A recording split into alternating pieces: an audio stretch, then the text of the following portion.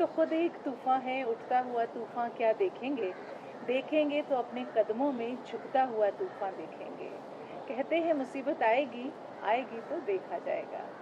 कुछ ऐसे ही विचार और क्रांतिकारी जो थॉट्स होते हैं, कुछ कर गुजरने के जो थॉट्स होते हैं, वो लेकर एक शख्स दाखिल होता है मुंबई के रेडियो नगरी में। तो अनमोल, बहुत बहुत स्वागत तुम्हारा। राजकुमारी जी, थैंक यू सो मच। रात का शो करते हो, उस वक्त सभी लोग रिलैक्स्ड होते हैं और शायद तभी वो अपने आप को तुमसे जोड़ पाए। तो ऐसा तुमने क्या किया कि जो लोग थे वो तुमसे जुड़ गए? मैंने तो एक्चुअली कुछ भी नहीं किया, फ्रैंकली स्पीकिंग। हाँ। मैं सही जगह पे सही टाइम पे सही म्यूजिक प्ले कर रहा था, बस। राइट। मैंने कुछ भी नहीं किया, फ्रैंकली स्पीकिंग। हाँ। मैं अपने आप को बहुत लकी मानता हूँ कि जैसे आप एक रेस्टोरेंट में जब खाना खाने जाते हैं और जब आपको डिश बहुत अच्छी लगती है तो आप वेटर को टिप करते हैं, जबकि वेटर ने डिश बनाई नहीं होती है, डिश अंदर बैठे शेफ ने बनाई होती है। राइट। मैं वो वेटर हूँ अच्छा। जो कि आर.डी. बर्मन, एस.डी. बर्मन, साहिर लुधियानवी, हसरत जयपुरी, शैलेंद्र, शंकर जयकिशन जैसे महान शेफ्स ने जो डिशेस बनाई हैं वो लोगों के सामने पेश कर रहा हूँ। अच्छा। और मैं लकी हूँ कि जैसे कि मैंने आपको कहा कि टिप भी वेटर को मिलती है, तारीफ भी वेटर को मिलती है। वो सिर्फ हंस के डिश को पेश करता है अच्छे अपने अंदाज में। बस मेरा काम उतना ही है, ना उससे ज़्यादा ना उससे कम। लेकिन उसके लिए भी जानकारी होना, अनुभव होना, तो तुम्हें शुरू से संगीत का शौक था? वरना आज जो नाम तुम ले रहे हो वो नाम आसानी से लोगों के पास होते भी नहीं है। ये आपने अच्छा कहा कि जो मेरी जनरेशन है वो जनरली इतना ज़्यादा इनसे कनेक्ट नहीं कर पाती। लेकिन मैं इसलिए लकी रहा क्योंकि मैं बचपन से ही हमारे घर के अंदर जो माहौल था तो वो इन्हीं गानों का था। तो मेरे पिताजी और मेरी माताजी जो हैं वो दिन और रात नीवी संगीत की पड़ी, सिर्फ यही गाने सुनते थे। अच्छा। और सुबह उठते थे तो यही गाने चलते थे जब तक हम स्कूल ना चले जाएं। स्कूल से जब आते थे सो के, फिर होमवर्क करने के बाद शाम को हमारे डैड जब घर वापस आते थे तो फिर से यही गाने चलते थे। तो 90s में मेरा बचपना रहा है। तो उस ज़माने में जब आमिर खान, सलमान खान लोगों के फेवरेट हुआ करते थे, उस ज़माने में मेरे फेवरेट ये सब लोग, ये सब एक्टर्स उस ज़माने के हुआ करते थे। फॉर द रीज़न भी कि मेरे मॉम डैड इनको सुनते आ रहे थे। तो मेरी ऐसी कोई मंशा नहीं थी कि मैं इस नॉलेज को कभी मेरी यूज़ में आएगी। तो एक चलता आ रहा था। मैंने बेसिकली पढ़ाई अपनी एडवर्टाइजिंग में की है। अच्छा। मैंने मास्टर्स इन एडवर्टाइजिंग किया हुआ है। और ये तो एक रेडियो में एक मौका लग गया, मिल गया। ऐसे एक शो की बात आ रही थी और हम सब बिल्कुल सब आज के नौजवान कौन करेगा ये शो। तो मुझे लगा कि मैं इस शो को कर सकता हूँ क्योंकि मेरे दिल के ये सब गाने, ये सब बातें, ये सब एक्टर्स बहुत पास थे। तो जैसे कि मैंने कहा, मैं लकी रहा कि जब 2009 में एक रेडियो स्टेशन एक रेट्रो शो सोच रहा था करने का, तो उन्होंने मुझे चूज़ किया और बस उस वेव पे मैं सवार हो गया। फिर बस शायद लोगों ने पसंद किया जिस अंदाज में मैं डिश को पेश कर रहा था। शायद बहुत बखूबी पेश किया तुमने और कर रहे हो। Thank you. अच्छा, उसके बावजूद चूंकि इतनी कुव्वत है अंदर, इतना अनुभव है, जानकारी है, और अब तो खैर ये मीडिया, डिजिटल वगैरह काफ़ी आ गए हैं, तो और क्या क्या करते हो? मेरा हमेशा से ये मानना है कि जो हमारे मम्मी पापा ने हमें सिखाया कि आप जो भी काम करो उसमें बस ये सोचो कि आपको दुनिया का बेस्ट बनना है। अब चाहे वो छोटा ही काम हो, छोटा मतलब हर के नज़रिए से छोटा बड़ा अलग होता है। तो मुझे लगा कि अगर ये रेट्रो और गोल्डन ईरा की बातें करना और यही लोगों को अच्छा लग रहा है मेरा, तो वैसे तो मैंने स्पोर्ट्स एंकरिंग भी बहुत करी है, लेकिन उसमें वो मुकाम या वो महारत कीजिए कि मुझे नहीं हासिल हुई। आज की डेट में भी कर रहा हूँ लेकिन नहीं हुई। तो मुझे लगा कि यार अगर यही करना है तो क्यों ना इसी दुनिया में दुनिया का बेस्ट बनने की कोशिश तो की जाए। तो मैं टीवी पे भी जो शो करता हूँ, एक मेरा सोनी पे शो आया था। अच्छा। उसमें भी लेजेंड्स के इंटरव्यूज़ थे।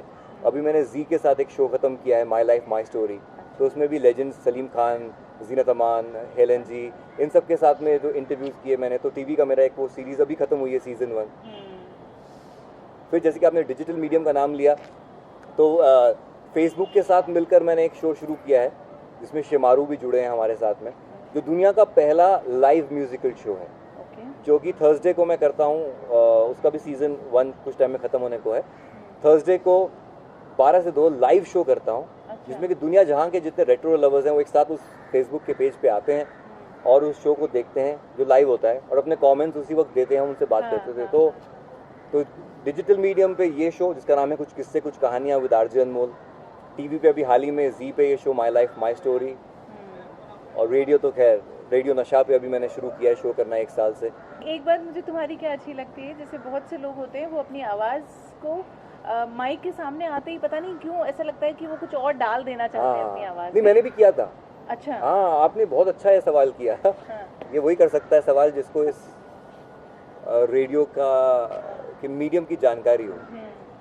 क्या है कि जब हम रेडियो सुनते थे तो ज़्यादातर जो मेल वॉइसेस सुनते थे तो भारी भरकम आवाज़ें हुआ करती थी, तो हमें लगता था कि यार हम भी रेडियो कर रहे हैं तो हमारी भी आवाज़ थोड़ी सी वैसी होनी। हाँ हाँ हाँ बिल्कुल। तो मेरी आवाज़ देखा जाए तो नेचुरली उतनी बेस की आवाज़ नहीं है, ठीक ठाक ही आवाज़ अपनी आवाज़ है। लेकिन जब शुरुआत मैंने रेडियो भी करी तो मैंने फ्रैंकली स्पीकिंग, मैं सच बोल रहा हूँ, तो मैंने भी थोड़ी सी बना के उसको एक भारी करके कोशिश करी। तो धीरे धीरे करके एक्चुअली क्या रेडियो पे अपनी आवाज़ ढूंढने में मुझे फ्रैंकली थोड़ा वक्त लगा। फ्रैंकली मैं बता रहा हूँ, मुझे थोड़ा वक्त लगा कंफर्टेबल होने में कि मैं जो आवाज़ अपनी सुन रहा हूँ अपने कानों में वो मेरी आवाज़ ये है। तो मुझे थोड़ा वक्त लगा।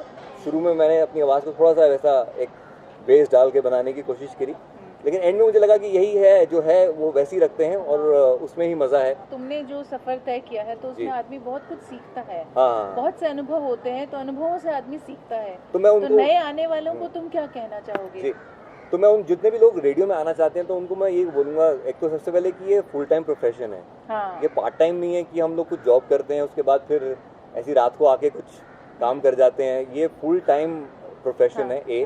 दूसरा ये कि आपकी अपनी आवाज़ जो होनी चाहिए, बस समझ आनी चाहिए कि आप क्या बोल रहे हो। कंटेंट वही आवाज़ है। कंटेंट। हाँ, तो आवाज़ बनाइए मत और किसी को कॉपी मत कीजिए, क्योंकि जिसको आप कॉपी कर रहे हैं वो तो ऑलरेडी है। और मेरे ख्याल से सिर्फ आवाज़ से और बोलने से नहीं होता, आपके जो उसके पीछे उसमें जो आप जो बोल रहे हैं, जी, जो कंटेंट आप बोल रहे हैं वो बहुत मैटर करता है। बहुत ज़्यादा। क्योंकि रेडियो में आरजे के पास टाइम कितना होता है? बहुत कम। 1 मिनट से भी कम। हाँ 1-1.5 मिनट एक बार में जब हम बोलते हैं तो 1-1.5 मिनट ही बोलते हैं। हाँ, उससे तो ज़्यादा अच्छी बात करने वाले बहुत लोग हैं और पार्टी में खड़े होते हैं लोग जो मन लगाते हैं, लोगों का पार्टी की जान होते हैं, ऐसे भी लोग बहुत होते हैं।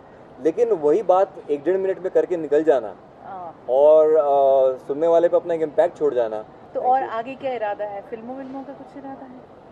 नहीं बिल्कुल नहीं। कोई पता नहीं कि लोगों को ऐसा लगता है कि मेरे को फिल्में करनी है, मेरे को बहुत से लोग ऐसा कहते हैं। लेकिन जैसे मैंने आपको कहा ना, rather than being number 20 in films, I'd rather be number 1 in what I'm doing. I am not saying I am number 1, but I'm saying that's what I am trying for and craving for and fighting for. कि क्यों ना मुझे इस चीज़ का बड़ा विश्वास है, एक अपने अंदर एक कॉन्फिडेंस है कि शायद मैं एक ऐसा इंसान बन सकता हूँ, एक वो ऐसी आवाज़ हो सकता हूँ, एक ऐसी शख्सियत हो सकता हूँ जो इस पूरी दुनिया में जितने भी लोग रेट्रो म्यूज़िक को चाहते हैं, रेट्रो फिल्मों को पसंद करते हैं, मैं वो एक तार बन के सबको जोड़ सकता हूँ, ऐसा मुझे लगता है। चलिए, तुमसे बात करके बहुत अच्छा लगा। मुझे भी। और इसी तरह रेट्रो गाने और अपनी आवाज़ के ज़रिए लोगों को अपना बनाते रहो, यही दुआ है। Thank you. और आगे जो भी करना चाहो, जो भी तुम्हारे ख्वाब हैं वो पूरे हों। मैंने जो कहा शायद आप लोगों को लग गया होगा, वो सही बात थी कि हम तो खुद एक तूफ़ान है, उठता हुआ तूफ़ान क्या देखेंगे। क्या बात है। देखेंगे तो अपने कदमों में झुकता हुआ तूफ़ान देखेंगे। कहते हैं मुसीबत आएगी तो देखा जाएगा। आएगी तो देखा जाएगा। क्या बात है, super. Thank you so much Rajkumari ji. Thank you.